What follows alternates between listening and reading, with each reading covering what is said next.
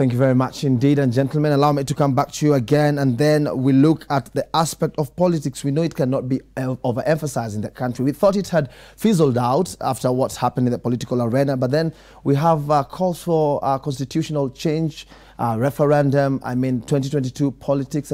Is this likely going to affect the economy going forward, Maurice?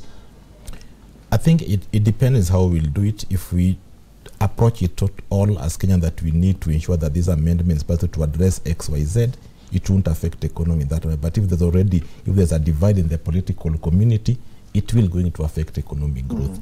And the key thing, the question that we need to ask ourselves as Kenyans, why are we even going to amend the constitution? Why are we even moving to a session whenever we are doing a referendum?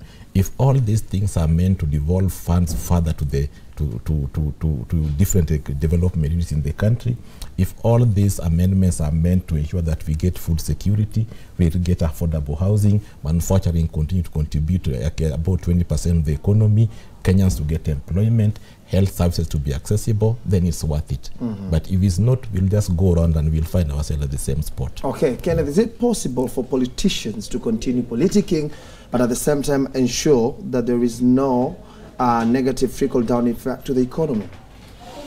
It is difficult with the characteristic of politics that we play in Kenya, or it will always be sectarian.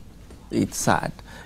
Whatever issue, whether it is a constitution, whether it's some amendment, whether it's some new law, it is always going to be sectarian in terms of we are from this side, we are from the other side.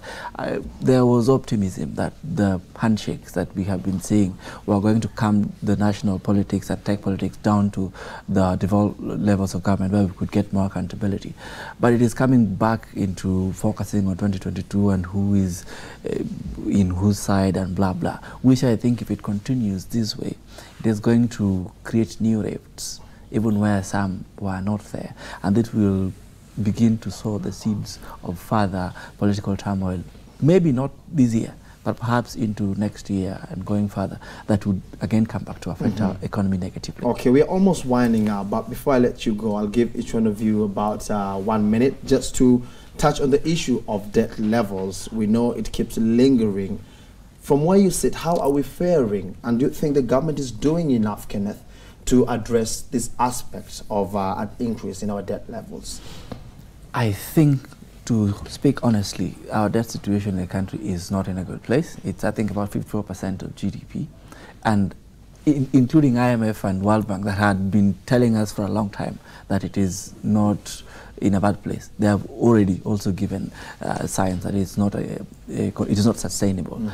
So I think we have already accumulated a lot of debt. In fact, very soon, some of them will get into the maturity stage and they will begin to bring distress to our country.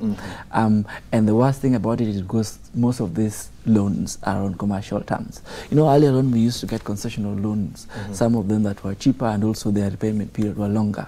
The ones that we have gotten into that we have used to build the SGR and this other mega infrastructure are the expensive ones. I think a lot more needs to be done to speak honestly between Parliament and the Executive on whether we can create a cap on how much new investments we want to do that will require more debt. Thank you very much indeed, Kenneth. Maurice, in under a minute, what's your take on these debt levels in the country?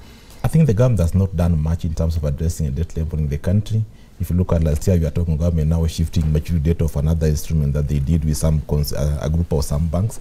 And if you look at this, the way we are, even how we are operating, what we need to address, we need to have to face head on the public finance management framework, and in doing that, we need to ensure that even the development expenditure that we are carrying out, we are doing them within our level that we can sustain. Then the next thing that we need to face is our current expenditure is unsustainable. The wage bill the government is carrying is unsustainable if we are to go to a level of development in this country.